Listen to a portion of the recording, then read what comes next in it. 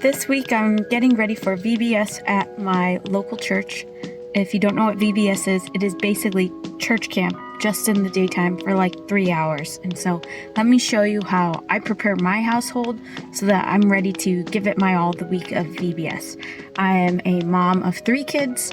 My husband works, but this is a time where I'm really able to just use 3 hours a day for 4 days in a row at our church is the program. It's only 4 days in a row. So I really give it my all this week. And this is how I worry less about what my kids are going to eat in the morning and how I serve with full energy and have a great time. Come check it out. The first thing that I'm going to make is a Hawaiian macaroni salad. It's really easy. I love having cold salads in the fridge because it's a carb that me or my kids or my husband can eat at any time. You boil the pasta, cook it for about 6 minutes, drain, and then the alternatives that I do that make it a healthier option, because you could just buy macaroni salad. Let's be honest. That's the real time saver, is just purchasing something. But I found that when I improved the quality of the ingredients for our family, we operated and performed way better. Like my energy was higher, our health was better, my skin was better, and my hormones were more stable. I was less moody, which made me a better mom and a better wife. So part of the switch that we did is we've been using avocado oil instead of seed oils. And so that's why I have this avocado mayonnaise right here. So this macaroni salad, literally it's the best. There's a cookbook I got. It's called Aloha Kitchen. I have it in the link down below. It is phenomenal. It's simple, really easy to assemble. We once did an Easter where all the items were not American food, but we had a Hawaiian Easter. So we ate mac salad for Easter. We've also done it for Christmas one year. So it's just really fun to have this salad in the fridge at all times. The biggest difference between this and other mac salads is you grate the onion. And while it does make you tear up, as I'm tearing up right here, it is totally awesome. The flavor just goes all over throughout all the macaroni. So it's roughly about 1/4 of an onion, but I doubled this recipe. So even though in the cookbook it says for 1/4 of the onion, I basically did half because there's some good stuff, fam. Look at this. Check that out. So after that's done, you put it in the fridge, get it a little cooler. Then you want to get a carrot, and same thing as with the onion, you want to grate this carrot. Once the carrot's all integrated, you have a beautiful mac salad. You can add some freshly cracked bell pepper too. That is optional, but I put all of this instead of in like Tupperware containers. I've enjoyed doing glass more than plastic containers in our family. With Arizona things being super hot and plastic pieces melting into our foods, I was like, you know what? I'm already crunchy as it is. I might as well just add glass containers to the mix. And mason jars are very affordable. This is the mac salad. Next up, I have wasabi tuna salad. Now, the reason why I'm doing tuna a lot more in our household is because of this 43 grams of protein. You can't beat that. So it's really simple. If I could teach my husband how to make this, you could totally make this. We all need proteins in our diets. That keeps us stable, keeps the hunger at bay. Not to mention, it makes us look a lot more muscular. So for this Asian version of tuna salad, you want all of these ingredients. You want to scoop in just about a tablespoon of mayo for each can. I squirt some wasabi sauce into that. You could do fresh wasabi or this wasabi sauce. Got it at Walmart. And then from Trader Joe's, I get the furikake, which is a Japanese rice seasoning. Mix it all up, throw it in a can, 43 grams in that little bit. Awesome. Up next, we have the veggie prep. I found that if I do not have fresh veggies in the house, nobody will eat vegetables in our house. I also discovered that my kids don't like baby carrots because they're slimy. So here we are being extra crunchy again, but alas, if we want to eat healthy, this is the way to go. So I prep a bunch of these carrots, I leave them in the fridge, and I pull them out. As I'm cooking dinner and kids are telling me they're hungry, I'll say, okay, I'm cooking dinner right now, but here is a whole tray of carrots. Do as you please. Here's a couple ranch. Go to town, kids. So these carrots have honestly got us on a healthier path, and they're ready to eat whenever we are.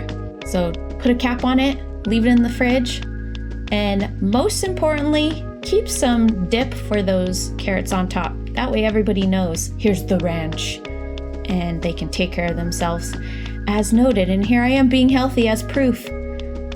It's not fun being healthy sometimes, but you know what? It really gets us operating better and our mood's improved.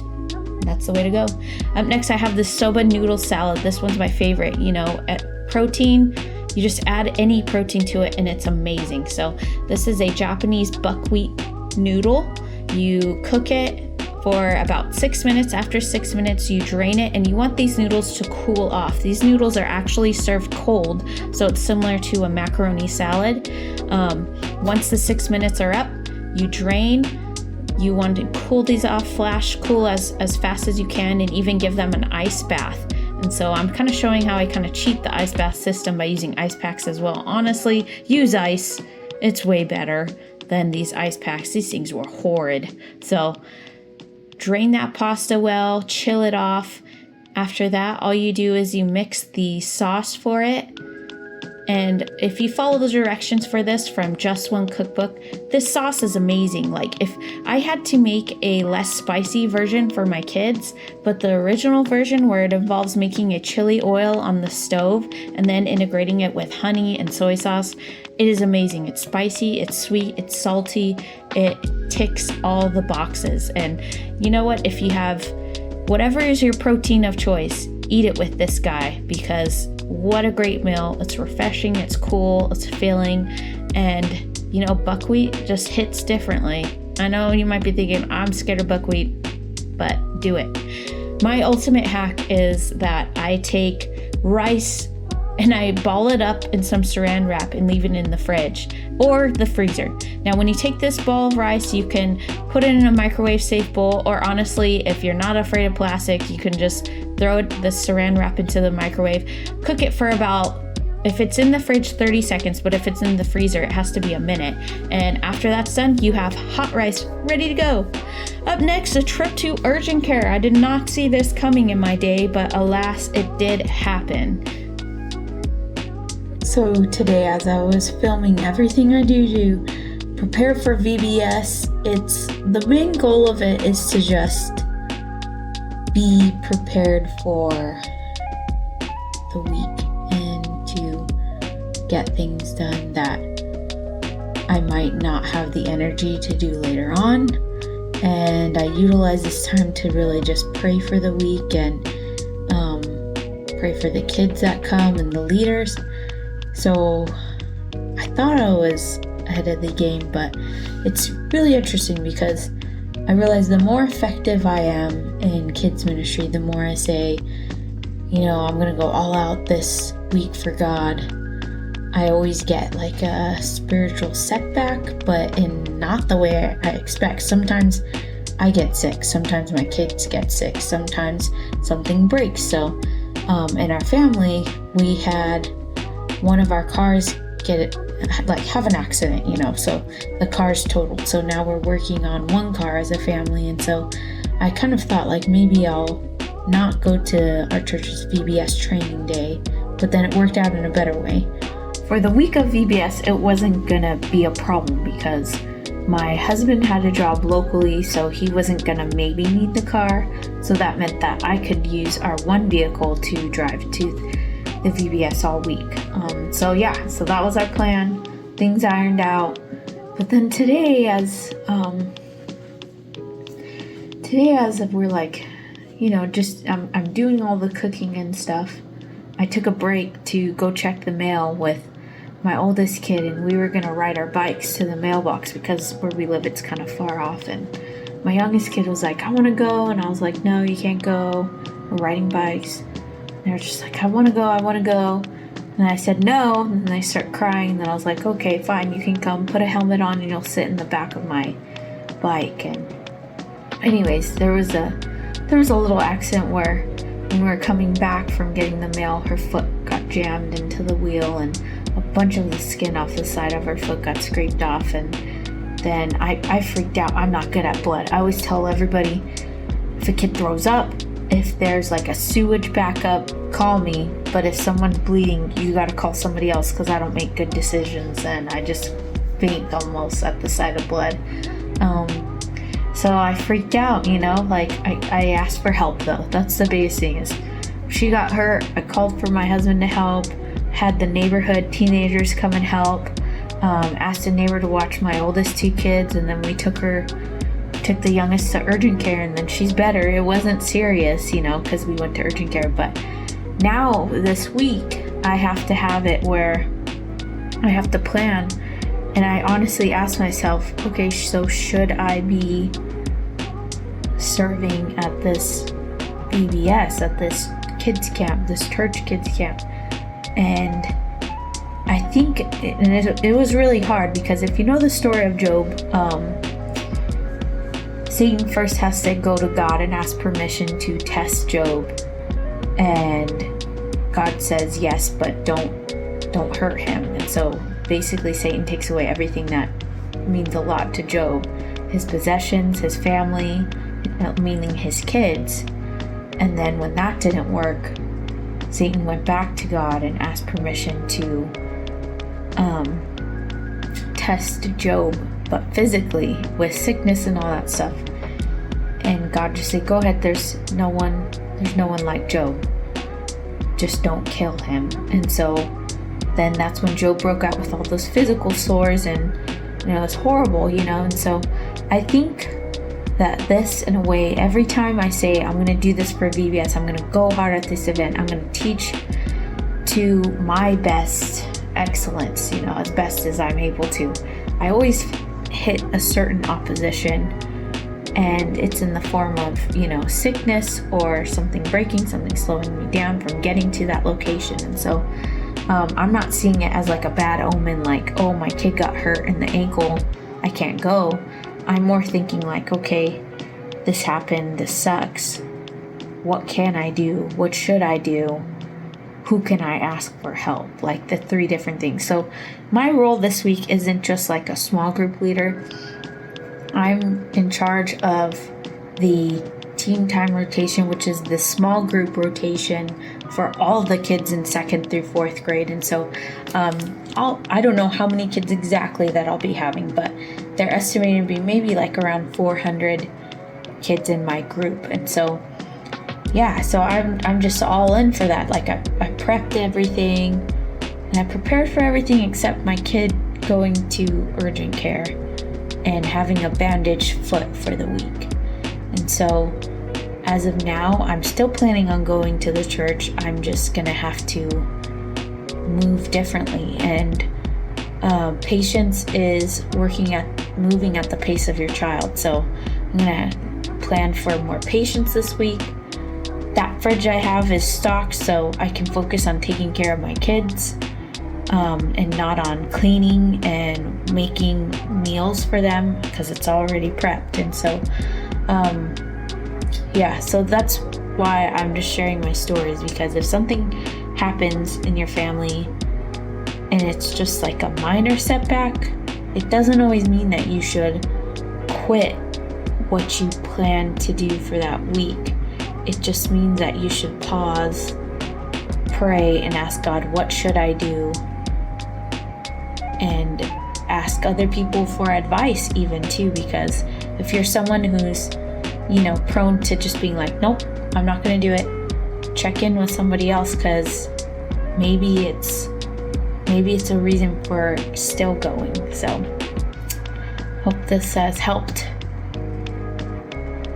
But just a big encouragement. I'm kind of still sad from my daughter getting hurt, because I feel like it was partially my fault, but I mean, it's just kind of like one of my close friends, my neighbor, actually told me, like, accidents are accidents because we don't mean for them to happen, and we try our best, but what can you do? So other than that, I'm still planning on having an awesome time at church this week, volunteering for the VBS kids camp. I'll keep you posted, and I'm praying for a speedy recovery for my daughter, and we will see if she actually wants to attend the VBS this week. If not, I will get creative again and figure out a plan B for when the time comes. So I'll catch you later. So here's the timeline of how VBS week ended up. working out in my family. Sunday night, we had our family kickoff, which is me not teaching the rotation or anything. It's basically a meet and greet for parents and kids to come meet their leader, get a t-shirt, see what the main assembly of VBS is like. After that begins Monday. Now, I had my 3-year-old who got her foot injured, so I wasn't too sure if I was going to quit or to keep going. Now, Sunday, I was supposed to volunteer at church, lead Sunday morning a group of 3rd graders, but I knew that if I put my 3-year-old with a foot injury in a tiny classroom on a Sunday, there is a high chance of another kid kicking her foot or hitting her foot that was injured, and I knew that would be a no-go. So instead, I texted out the lady who ran the Sunday morning, told her that I could not help out on Sunday. And instead what I did is I kept my 3-year-old with me, and I went and prepped my VBS room on Sunday during that church hour I was supposed to serve. Now, on Monday, I worked it out where I met on Sunday night with my 3-year-old's leader, told her about the foot injury, asked her what I want to do, told her that I think she'll be okay to go to VBS, but she will have to be either chauffeured or carried around VBS. She's a light 3-year-old, so they said, bring her on Monday, we'll check it out. I wanted to see how my 3-year-old did. If the pain was too much, I was going to have her as a backup plan to stay with my neighbor. My 3-year-old loved going. Not only that, there was 3 leaders that just basically took turns holding her. So Monday she was okay. Tuesday she was all right. Wednesday she was okay. And by Thursday, which was our last VBS day, my toddler went from being held to walking and standing,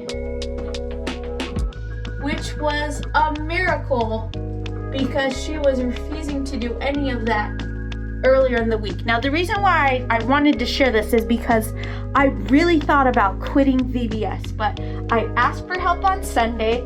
I collabed with other people who I knew needed to know that I was having this problem. I wasn't too sure what to do.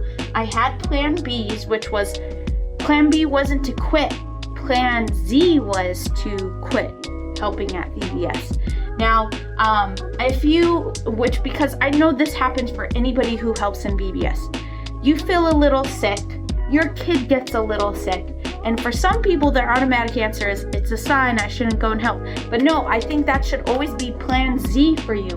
Plan A, B, C, D, and E is always to, how can I keep going? Because all that, pushback is just a sign that, maybe God wants to use you in a really mighty way, and that you just got to think of what else to do and get creative in the process. And so once my 3-year-old started walking, after VBS was 100% done, I knew, okay, God, thank you for sustaining me through this week. And this was obviously like a test of faithfulness. Now, God is totally faithful, 100%, and He gives us the opportunity to be faithful as well. So in hindsight, I'm really happy that I still said yes, and I asked for help humbly. It was very humbling to have to tell everybody how she hurt her foot. It's because I ran it over, But, it worked out well in the long run. So because I meal prepped, I was able to come home. The kids and I had lunch. We also did a grab and go breakfast. And then we actually ended up using that food for dinner as well. Now, Tuesday, I think we did Taco Tuesday. I can't even remember. I think that's what happened. I don't know. But I was still taking my oldest to mathnasium in the process in the afternoon. So we still make good use out of these days, good use out of our time. And I think I might have only cooked once this week, if not 0 times. When we did eat out, I think it was only like $10 or $15 for me and the 3 kids. So to feed 4 of us, it was $15, and that was how much it cost throughout the whole week. Excuse me. So my husband, who is able to work locally, even came home a couple of days, and when I was gone, he was still able to eat that spicy tuna for dinner most of these nights as well. He ate it with some hot rice, and it was a perfect meal. This video, I'm not trying to convince you to, do things like I do. No way. Like, you're not me and I'm not you. Don't even try. Just kidding.